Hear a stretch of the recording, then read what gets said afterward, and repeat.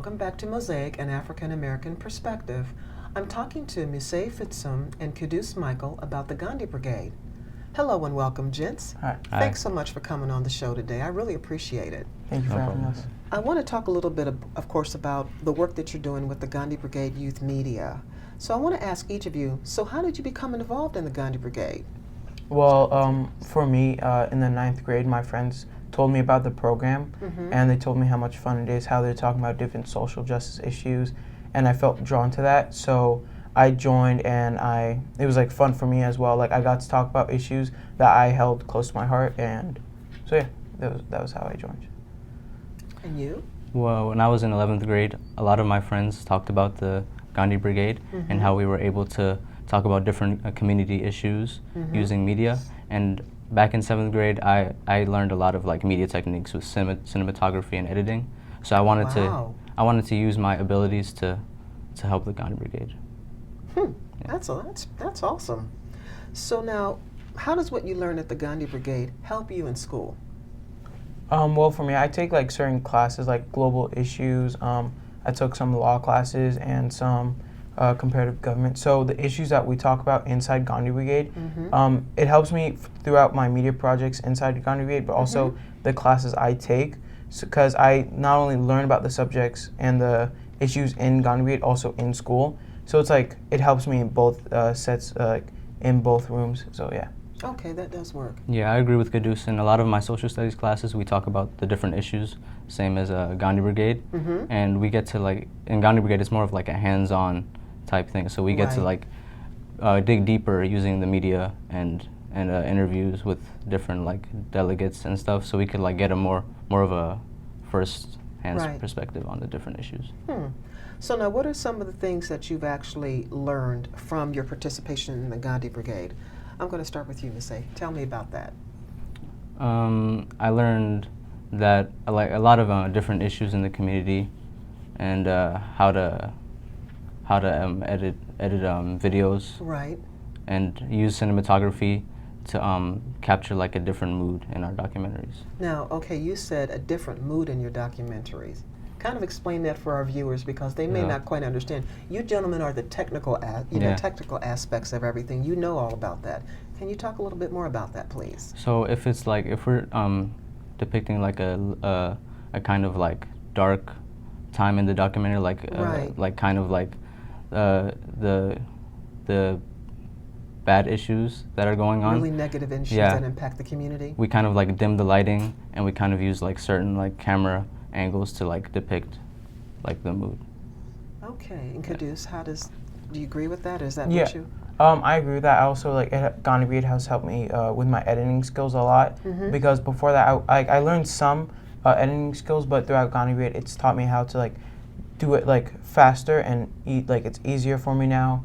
I do it like it's like secondhand for me. Like if I do a project at school that requires me to edit, Gandhi Brigade has like taught me and prepared me for those times. So like that, and also how to use a camera properly, how to like set the mood of a documentary. So yeah. So do you see those skills transitioning over when you go to college? Yeah, definitely. You'll see that? Yeah. That's going to be very powerful. So when you come out, after you graduate, you're going to have the full package, is what you're saying. That's very powerful. Now, I know you just hosted the screening of your documentary, Juvenile Justice: The Road to Reform. What is it about? Mussie, can you start, please? Yeah, it focuses on juvenile justice, mostly like specifically like the issue with how young blacks are being given like long jail sentences on minor drug offenses. And we also touch lightly on police brutality and prison costs compared to education. That's a hot topic right about now, especially all throughout the media. So that's an excellent aspect of that to talk about. And Kidus? Well, another part was like the educational compared to the prison costs. So, like throughout our research, we would talk about that. Also, the film is also about the juvenile justice system here in Maryland, and more specifically Baltimore, and how like the youth is like they have less chances to like get out of their communities, do more for like the city, for their communities, for the state of Maryland, and we talked about how those are limited for them, and how like it hinders them to reach their full potential. And you know, that's something that you'll probably always take with you about how what you do impacts and how we see the world. That's very important. So how long did it take to produce? Well, it took approximately 5 weeks. And the first week we brainstormed to come up with the issue, with the idea for the film. And then the second week we would go out and interview the people for our film. And then our third and fourth week we would write the script of the film, and we would edit. And then the fifth week was also editing, but also getting it out. Right. So yeah. That's a lot of work. You know what? I want to take a look at the clip from the documentary. So let's take a look at the clip. We got the chance to meet with Maryland's Attorney General, Brian Frosh. We're creating a documentary about the juvenile justice system here in Maryland. It's a really complicated issue, as you know. Education's a factor, public safety is a factor, and the economy is a factor as well. How do you see this issue? I think the main thing is that we do poorly when we put kids in detention. We put them in, effectively, a jail. But if you're locking them up, you're asking for trouble. In July of 2015, President Obama visited the El Reno Federal Prison to meet with inmates and talk about needed reforms to the justice system. These are young people who made mistakes that aren't that different than the mistakes I made and the mistakes that a lot of you guys made.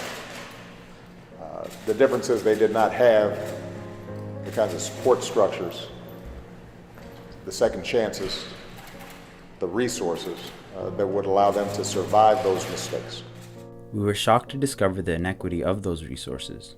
One example, the state of Maryland spent $38,383 per inmate in 2013, but spent on average $13,829 per student in K-12. There are a lot of other things this money could be spent on. Every dollar they have to spend keeping nonviolent drug offenders in prison is a dollar they can't spend going after drug kingpins, or tracking down terrorists, or hiring more police, and giving them the resources that would allow them to do a more effective job community policing. That was a very powerful clip that we saw with Attorney General Brian Frosh, where you were walking. It's a really impacting shot. Talk a little bit about that. Well, that shot was, he was our first interview subject, and it was to shed light on the issue and to talk about with an elected official, and we wanted to get his view on the issue, and of course he agreed with us how it was a major issue, and so yeah, that's why we had him in there. Say, how about you? What did you think about that? Yeah, we wanted to make it look very casual, Of they were course. like friends, just walking down the street. Right. So I think it's more effective in the interview in the documentary process, because it makes it more easier for Brian Frosh to talk about what the questions that he was asking. Was he comfortable with you doing this? Yeah. He seemed to be. He Yeah. seemed to be. Why did you choose juvenile justice in the Baltimore riots? Let's say I'll start with you. Because it was a very prevalent issue at the time, and we Right. wanted to tackle it as soon as possible. And as a group, we really felt angry about what was happening. I was about to ask you Yeah. that. How did that make you feel? Kidus? Well, for me, with my group of friends, we were talking about the issue coming up to the summer. We felt angered by it, and so we thought about it very deeply in our hearts that this is wrong. We need to talk about this, and through brainstorming, we came up with this issue, and we wanted to talk about this specific issue throughout the summer to bring light to it, and yeah. It was very powerful, I can tell you that, and I'm quite sure that when you go to the AFI, right, and this is going to be shown, I'm quite sure that it's going to be taken the same way, because it does invoke a lot of emotions. Yeah. You know that. Did you have a chance to talk to other people while you were down there, though? I saw most of the actual documentary. What kind of feedback did you get from other people? Some of the people that were rioting. We didn't really interview people that were writing, but we interviewed different youths in the community who went through the juvenile justice system, and like we want to share their thoughts on the issue. And we interviewed them, and one was set in Baltimore, and the other one was here in Silver Spring, and we wanted to share their ideas on the issue, Right. and like bring to light what they went through in their own experience. So yeah, those were the people we interviewed. So what do you hope people will understand after watching your documentary? Let's say, what do you hope people will understand? I hope people understand that there's the juvenile justice system right now is not really good in Maryland, and also I hope they understand that these unlawful killings that are being done to these to the Maryland citizens is not good, because one of the statistics that we had in our documentary is that 41% of Maryland citizens that were killed were unarmed. So 41%. yes, that's a huge number. That's very significant. Yeah. Very significant. And how about you, Kidus? What do you hope that citizens will come to understand better?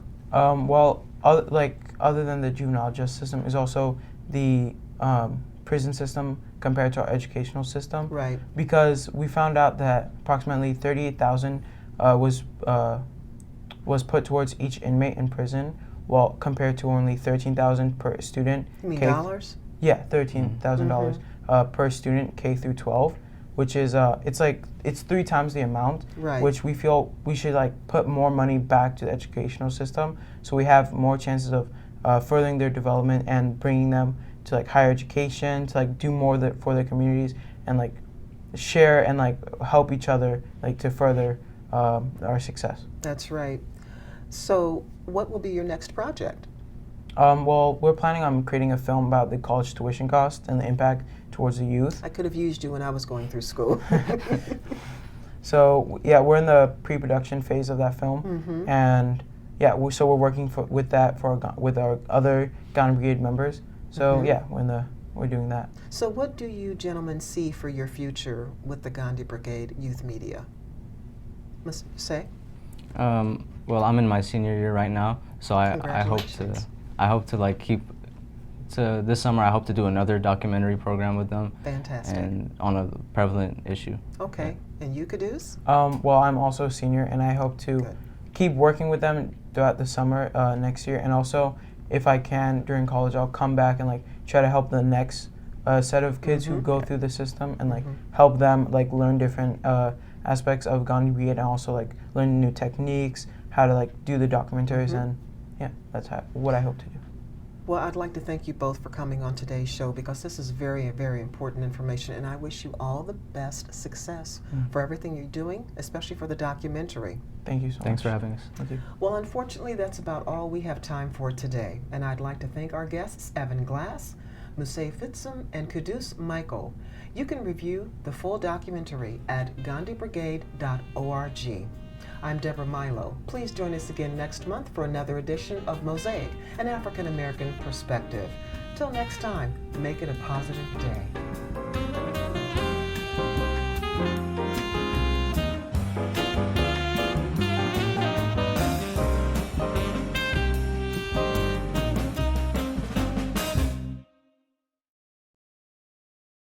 I already knew that I was going to go to college, from a young age. I definitely want to major in political science. After that, I'm going to get my law degree. Then I'm going to come back to Detroit, boost the economy, become the mayor or something, try to make the situation better for other people. I feel like I owe it to the city. I'm determined. It's going to happen. My name is Justin, and I am your dividend.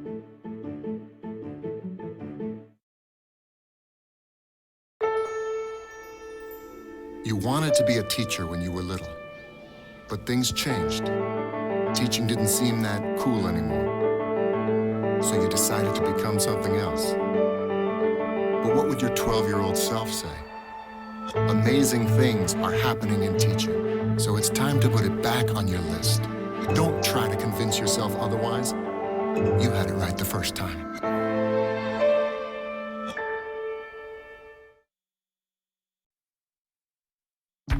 People think I'm trash, but they're wrong. Today I'm just an aluminum can, but One day, I could be a stadium.